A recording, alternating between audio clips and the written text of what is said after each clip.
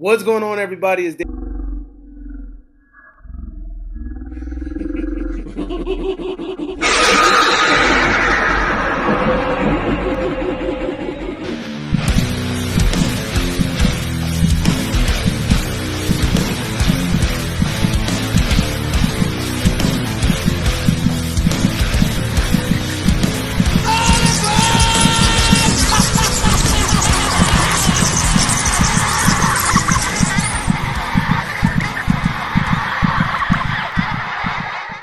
What's going on, everybody? It's David from the 80s, and you are now entering the Cinema Chop Shop. So park your ass right there. And while you're there, don't forget to hit the like, the share, the subscribe button. Also, if you check the link below, you'll see a Patreon account. If you click it, you can become a member. All you got to do is try to recommend movies and music and trailers from we react to. So click the damn link.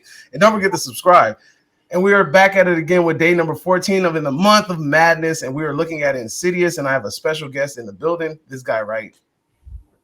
Hello, this is Delboy from Movie Mash. Yes, here to help out because I'm actually a big fan of Insidious. It's a favorite of mine. So yeah, I'm glad you brought me in on this one. Thank you. Hey, no problem, no problem. Yes, he loves Insidious, and honestly, he has a very big Insidious reaction on his other channel, The Third Reel. You might want to check that out with the Hollywood twins. All right, so I'll link that in the bottom below. But today we're going to talk about freaking Insidious. Sorry. I'm sorry. I feel like it blends in with the background, but it's cool right there. All right, so today we're talking about Insidious, and this is a 2010 movie that is directed by James Wan himself. James Wan has stepped out of the directorial role now, and he's more so now a producer, right? He produces more. Yeah. And then we have Leah Whannell as the writer, who's done most of the Insidious movies. He's worked with James Wan on a bunch of projects, Invisible Man, most of the Saw movies, etc., etc. And this movie is starring Patrick Wilson, Rose Byrne. Yeah, and Lynn Shay. And Barbara Hershey, right? Barbara Now, Hershey. Hershey Bar. That's what I said when I see Hershey. So I'm thinking of Hershey bars. All right, so do you want to give any background on any of the actors that are in the movie? Sure. So freaking knowledge on that as stuff. We all know, Patrick Wilson is from The Conjuring as well. Now, I actually like him as an actor. I think he's one of the Warren. He's Ed Warren, right? Yeah, I think he brings a lot to every role he does. Is it? How do you say his name? Is it Lee or Ryan Whannell? Leah Whannell? Is it Lee Whannell?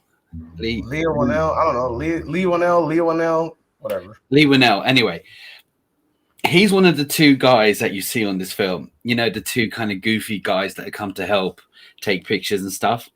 Oh yeah, he's one of the. Okay, I got you. Right. Well, he's a big writer. Him and James Wan are close friends, and they together wrote Saw, and he was on Saw.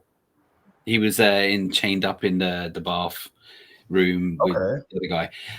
He went on to direct part 3, which, if you haven't seen 3, for anyone who's watching this, if you haven't seen 3, go and watch it. 2, yeah, 3, and Insidious 3. Oh, I was like, what? He directed that, and I'm telling you, it's on par with this. Even in some people would say it's even better. It's really good.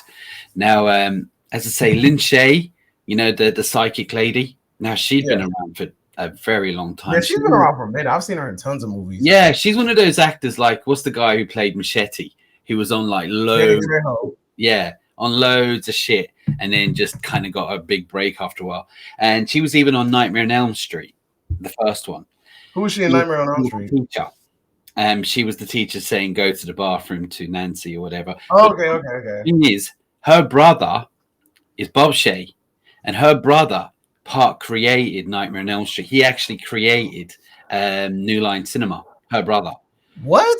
That's crazy. Right. So he even mortgaged his house to get Freddy going, and he's the one who spin out all the sequels after that. Damn, that's crazy.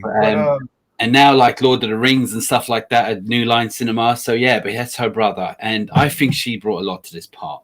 Now, Barbara Hershey, a lot of people may know her from, especially the horror film The Entity. You know. Oh yeah, I've seen it. I've seen it, but it's been a while. Yeah, she's been in and out of films. Like a lot of people like her. I thought she was pretty good on this. So, I mean, as is the girl. What's her name? Rose. I'm gonna find her name again. Is Rose it Rose something. McBurn? Yeah, she's on a load of things. She was on X-Men and a few other things like that. But yeah, I mean, I could go on, but The Human Encyclopedia, everybody. Freaking Del Boy knows everything, even though he's reading it right now. But you know what? I know everything about the people, but their fucking names I can't remember. Do you know? yeah, I know I'm bad. I'm bad with names too. Like I always have to look at the names because or else I'm gonna like forget. And I'm gonna just start calling them, oh, the dude that does this and the dude that does Yeah, that. I know. And yeah, I know who they're married to and their children's names, but I don't know their name. But Yeah, right. And then you're like, and how old they are. But yeah. let's go ahead and get into a quick synopsis of the movie. So there's this family that moves into a house, right? And then their young son is in the basement, and he ends up falling and hitting the back of his head, and then randomly falls into this coma, and then doctors can't figure out why. So the family thinks that he's in a coma, like they think it's just some sort of freak accident, but doctors can't figure out and pinpoint exactly what happened. But the old lady, what's her name? What's her name in this movie? I don't know her name. I don't remember her name either. But anyway, the old lady, Lynch. yeah, Lynch, yeah. So she walks into she basically tells the family, like, all right, look, supernatural shit been happening around this house. A lot of ghostly shit been happening around this house. And honestly, your son has drifted off into the further. And everybody's like, what the hell is the further? And it's basically saying like he has the ability to like go into the spiritual world. And it turns out that his dad also had this ability, but it's been suppressed, right? And honestly, so we go on this whole mission. Oh yeah, and then there's also this damn demon that's trying to like take his body, right? Not take his soul. He's trying to basically possess him, correct? Yeah, well, I think he just wants to fuck with all of them. I don't really know what his MO is for, to be honest. I think the demon wants to possess the son, like, because remember when the son, when he snaps out of it and he wakes up, and then the demon has his body, and then the demon screams and starts pushing people and like giving that little telekinetic power to everybody, and everybody starts getting fucked up. The demon wants the son's body, but what the demon needs is the son to drift off further, into the further. All right. In order for him to possess the body, like I guess he's supposed to lose that connection to his body, because I guess there's like a window or something. So the dad ends up remembering suddenly how to go off. Well, he's assisted, but he ends up going back into the further and going to look for his son and getting him back in time. But then the movie ends on a nice little twist, and we'll talk about that in a minute. But let's talk about a few things. One, I really enjoyed round the window. Right. Uh-oh. See that? Yeah, but I will say I really enjoyed the design of the further. Like when the dad was going down there, it was like basically this world, but a little bit darker and ominous. I like the whole idea that you're kind of watching people kind of recreate the way they died. So like that lady with the gun and then she shot her family or whatever. That was pretty cool. And I even like the design of the lipstick demon. The lipstick demon was kind of creepy, especially with the little. What's up? Darth Maul. Yeah, it looks like it does remind me of Darth Maul with like horse legs. But I like the design. It was cool. And then he was like sharpening his little fingernail or something in the thing. But yeah, I had a lot of fun with that. That design was cool.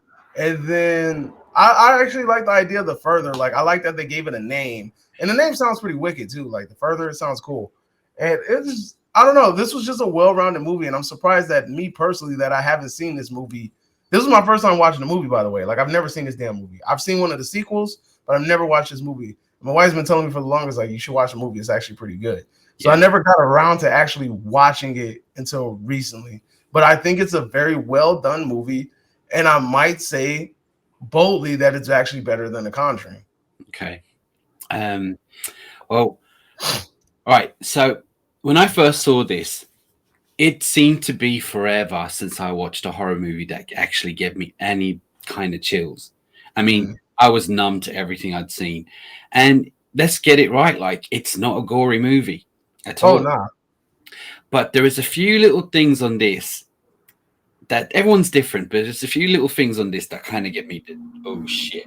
And first of all was that woman in black, that woman with the black veil over the black veil. When she was looking through the window and she's looking through the glass, I was like, all right, I was going to do a Jordan Peele, and I was like, nope. Do you know what I mean? Yeah. And Get Out sort of thing.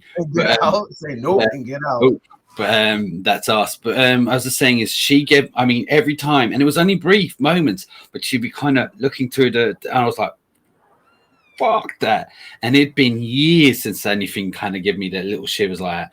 And another part was, do you remember when the mom, obviously, you know, the jump scare, which was a really good jump scare because it was random, there was no build up to it, it was just screaming, face in the back, remember, behind his head. Yeah. That was a really good jump scare because there was no build up to it. It was just random, you know? Yeah. But when she was telling the story and it shows her opening the door, and I always find what's scary in movies are silhouettes and you know something's there, but you can't quite see it. And she asked this demon, what do you want? And you see a shadow and he's just pointing at the boy.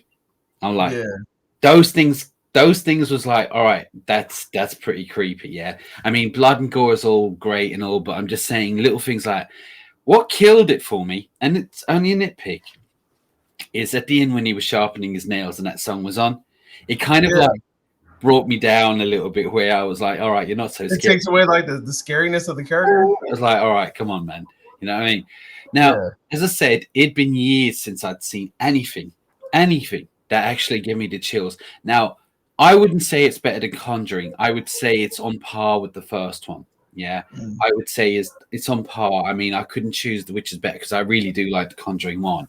I like the Conjuring one too, but I just, after watching this movie, I felt differently. But as I say, like, I think all in all, it's actually a film that's been done a lot over the years. I mean, yes, definitely. Yeah. But you know what? It was still a lot of fun. And I mean, you made an old film and it was a lot of fun. You had some good scares.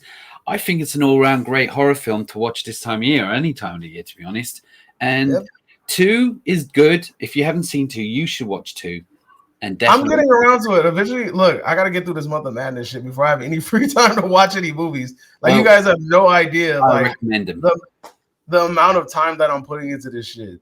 So, yeah. I know. But definitely, I 100% agree that this deserves a slot, and that's why I put it at number 14 of in the 100%. Month of madness. It's definitely on my list, really high, really high.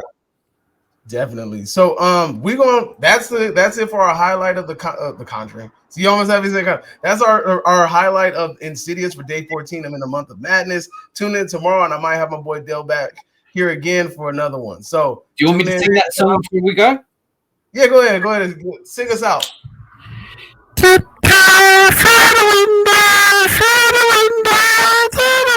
That's it now, you know. All right, guys. The musical talents of Del Boy. Don't forget to subscribe to his channel, dude. Yeah, like, Movie Mash. Go and check it out. That's my bro in crime. If you guys are basically subscribed to my channel, make sure that you subscribe to his. So show some love and support, man. This is my bro, man. He does a lot behind the scenes that you guys don't even know. So yeah, it's true. That's our highlight. Let us know if you agree or disagree with anything we say. Is this a movie that you guys like? Is it a movie that you enjoy? Do you think it even deserved a slot or in the month of madness? Let us know in the comment section down below. Don't forget to subscribe to my channel too, and we will see you guys next time. Adios.